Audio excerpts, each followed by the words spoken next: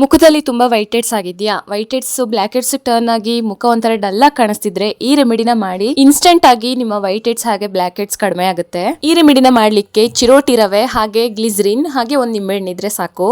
ಮೊದಲಿಗೆ 1 ಸ್ಪೂನ್ ಅಷ್ಟು ಚಿರೋಟಿ ರವೆನ ಒಂದು ಬಾಟ್ಲಿಗೆ ಅಥವಾ ಬೌಲ್ಗೆ ಹಾಕೊಂಡು ಅದಕ್ಕೆ ಒಂದು ಅರ್ಧ ಸ್ಪೂನ್ ಅಷ್ಟು ಗ್ಲಿಸರಿನ್ ಹಾಗೆ ಒಂದು ಅರ್ಧ ಸ್ಪೂನ್ ಅಷ್ಟು ನಿಂಬೆಹಣ್ಣಿನ ರಸ ಹಾಕಿ ಚೆನ್ನಾಗಿ ಮಿಕ್ಸ್ ಮಾಡ್ಕೊಬೇಕು. ನಂತರ ಅದನ್ನ ಮುಖದಲ್ಲಿ ಎಲ್ಲೆಲ್ಲಿ ವೈಟ್ ಹೆಡ್ಸ್ ಹಾಗೆ ಬ್ಲಾಕ್ ಹೆಡ್ಸ್ ಇದೆಯೋ ಮೂಗತ್ರ ಅಥವಾ ಚಿನ್ ಕೆಳಗಡೆ ಇಂಥ ಜಾಗದಲ್ಲೆಲ್ಲ ಚೆನ್ನಾಗಿ ಅಪ್ಲೈ ಮಾಡಿ ಒಂದು 10 ರಿಂದ 15 ನಿಮಿಷ ಚೆನ್ನಾಗಿ ಮಸಾಜ್ ಕೊಡಬೇಕು.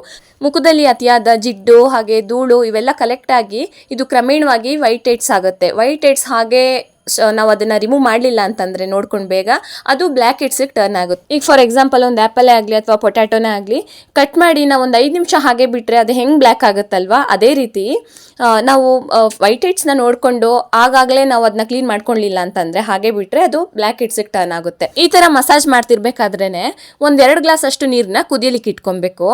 ಅದಕ್ಕೆ ಪುದೀನ ಎಲೆ ಅಥವಾ ತುಳಸಿ ಎಲೆ ನಿಮಗೆ ಯಾವ್ದು ಅವೈಲೇಬಲ್ ಇದೆಯೋ ಅದನ್ನು ಯೂಸ್ ಮಾಡ್ಬೋದು.